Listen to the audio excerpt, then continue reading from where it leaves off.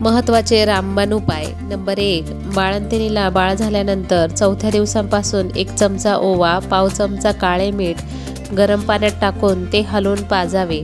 असे पाणी 40 दिवस दिल्याने बाळंतिणीला होणारा वात, सूज कमी होते आणि शरीर हलके वाटू लागते. नंबर 2. रक्ती मूळव्याध होत असेल तर खडी साखर व कोथिंबीर एकत्र वाटून त्याचे सेवन करा. याने आराम मिळेल. नंबर 3.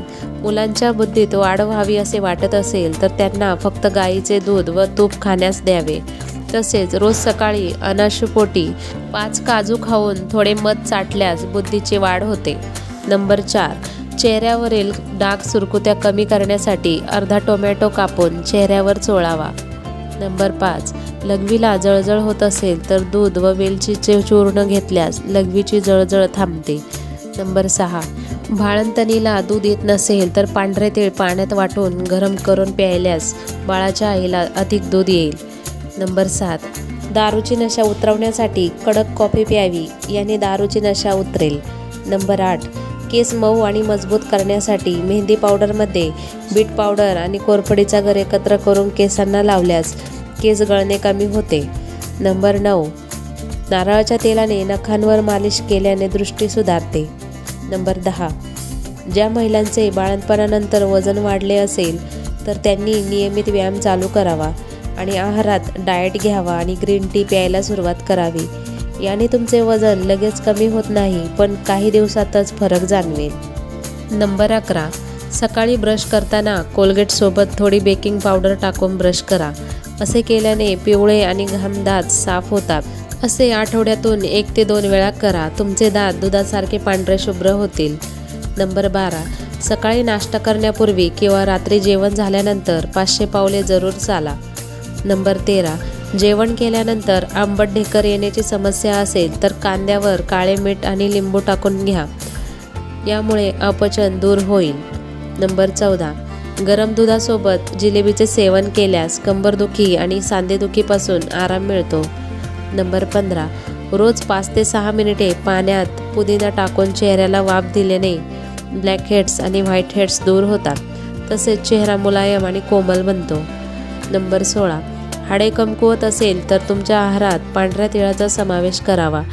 त्यात भरपूर प्रमाणात कॅल्शियम असते. याने हाडे मजबूत होतात. विशेषतः महिलांमध्ये हाडे ठिसूळ होण्याचे प्रमाण जास्त असते, म्हणून आहारात पांढरे तीळ नियमित खाल्ले पाहिजे.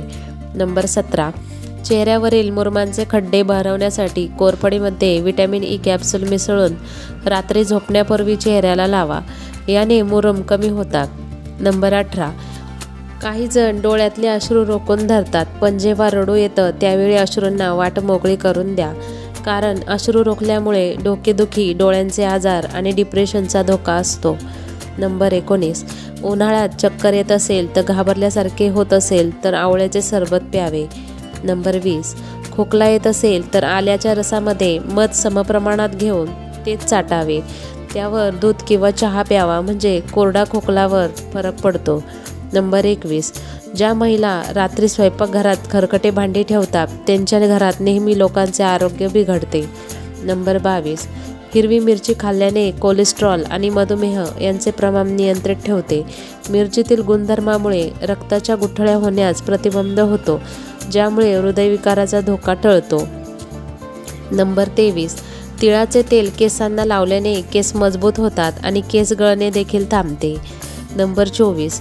जे लोक भेंडीचे सेवन करतात त्यांच्या हृदयविकाराचा धोका नसतो, तसेच वजन कमी होण्यास मदत होते. नंबर 25. केशर मिसळून गरम दूध प्यायल्याने छातीतील कफ निघून जातो. नंबर 26.